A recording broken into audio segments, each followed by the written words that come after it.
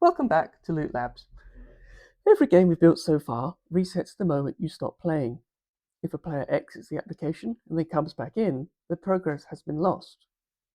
The save system in LUTE is how a player's progress survives closing the application. In the next couple of videos, we'll cover the save and load point order so that a player's progress can be kept, and then we'll look at the save point loaded event handler to ensure that events or nodes can be fired once a save has been loaded. Then we'll cover the save data object so that we can save a variable state on the engine and then use this in a condition handler. Let's jump into the editor now for a deeper understanding. Okay, so we're back in the Unity editor and we have our basic scene open, the main camera, our standalone input module attached to help our dialogue system work correctly, and a basic flow engine object including a few nodes on our engine. If you feel stumped at this point, please refer to earlier videos in the tutorial series. The first thing you want to do is create a save menu object in your game for your save system to work correctly. To do so, head to the top toolbar under LUTE, Create, Save, and then Save Menu. This creates a save menu object and it includes a canvas for the player to interact with using the save button or the load button. If you don't want that to be actually used by the player and you want all the saving and loading to happen under the engine, simply click the panel and save menu buttons and then toggle them to off. So let's look at the nodes we have for this to work correctly. First, we have our start, which essentially is going to show this player an introduction, maybe it's a tutorial, and then we're going to load our save point node, which will simply create a save point. This creates a save point and adds it to the save history of the save menu. The save point order is simply called save point, so if you want to add a new one, just simply search for save point, under saving, then save point. There's a few different toggles, which I won't go into too much detail now, but you can find more information on the Wikipedia page.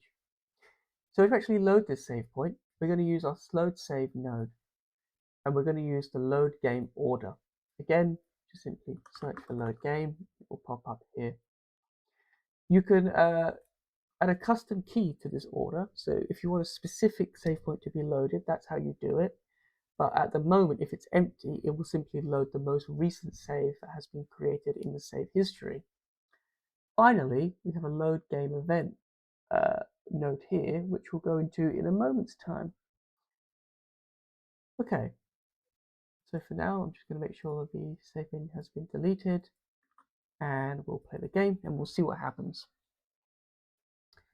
So as none of these nodes are being executed with event handlers, I'm going to simply manually execute them. So I'm going to right click and execute.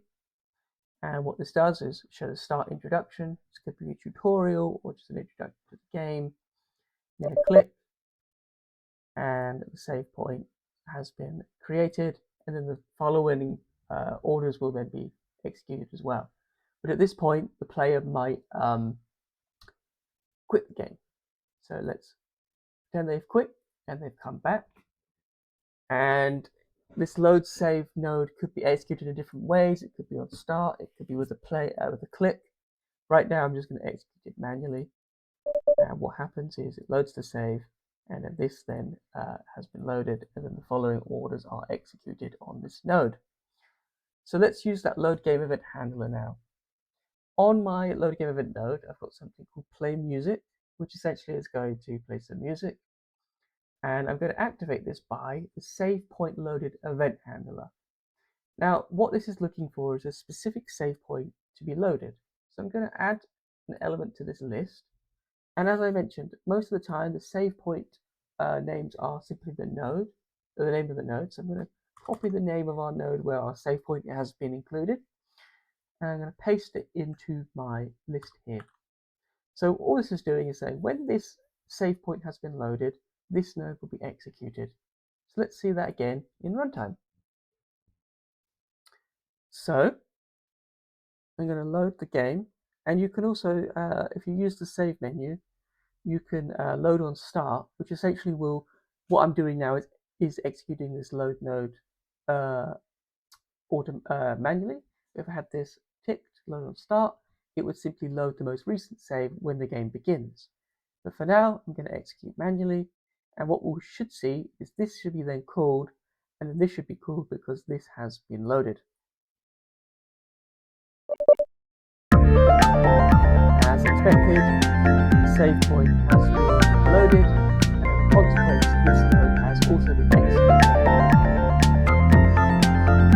Okay, so that covers the basics of saving. How to use the save and load point orders to actually play a game from a specific order once a player reaches a certain element or progresses to a certain stage in their game, and how to use the save point loaded event handler to trigger a node once a game has been loaded. In the next video, we'll look at the save data object to actually save variables that are attached to the flow engine and how to use that in a condition handler. Thanks for watching with LUTE Labs, and we'll see you there.